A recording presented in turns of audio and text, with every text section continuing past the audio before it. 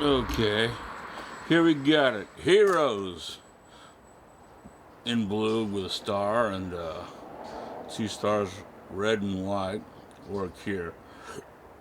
Thank you, postal workers. So I guess they're calling the postal workers here heroes because they go out amongst the people and pass out mail. That's about all they do. They don't really deal with the public that much, except if something needs to be signed or something.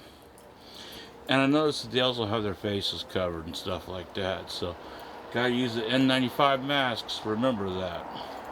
Okay? Well, if you call the postal workers heroes, I guess you gotta call the cop watchers heroes. Because cop watchers also go out and film the police, regardless if they got masks or not.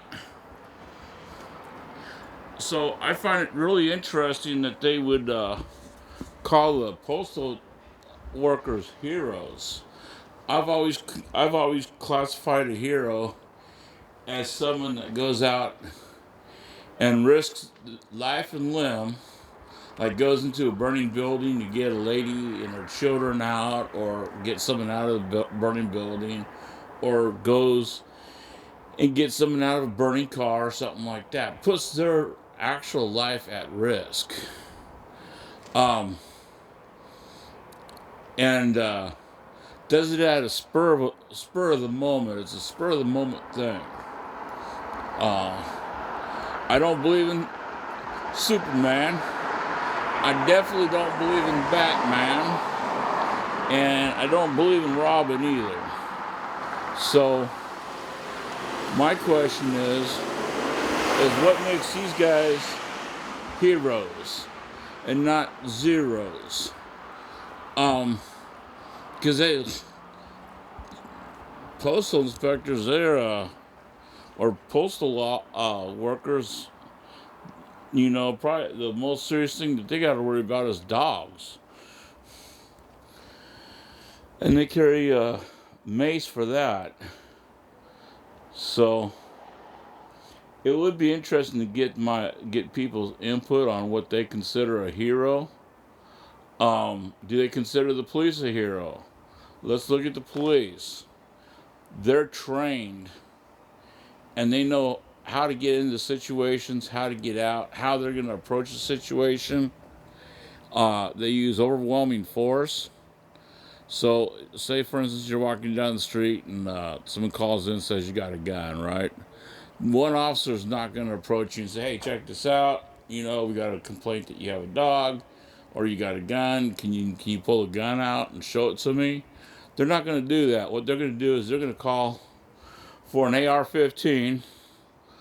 They're going to stage, and then you're going to get about 8 cops.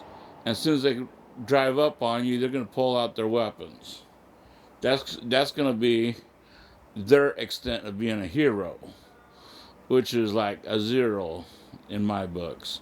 Let's take the people that work for the highway department, the incident response people. They're trained in first aid and CPR. They go into burning cars and pull people out. They deal with accidents. They do first aid and CPR on the side of the road with cars going 60 miles an hour. Now they're not trained, and there's no way you can be trained on how you'll be hit, how to survive being hit at 60 miles an hour. Okay? And look at the fire department. They got all the training, all the skills and stuff like that.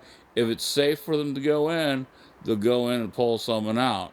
But it's not a spur of the moment thing. I up on Killingsworth about 4 years ago, they had a fire. They had a lady that was trapped in, obviously alive, and the firemen didn't go in. They said it was too hot to go in. They didn't want to risk firefighters' lives, so they sat in there and listened to the lady die. 70 minutes, 0 So, seconds, distance 2.4 miles, 254 calories burned, pace 28 minutes, 53 seconds per mile.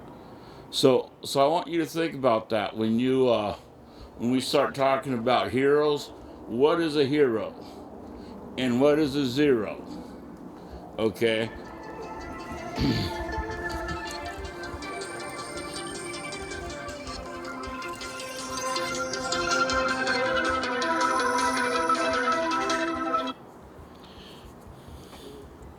Yeah, Barbara.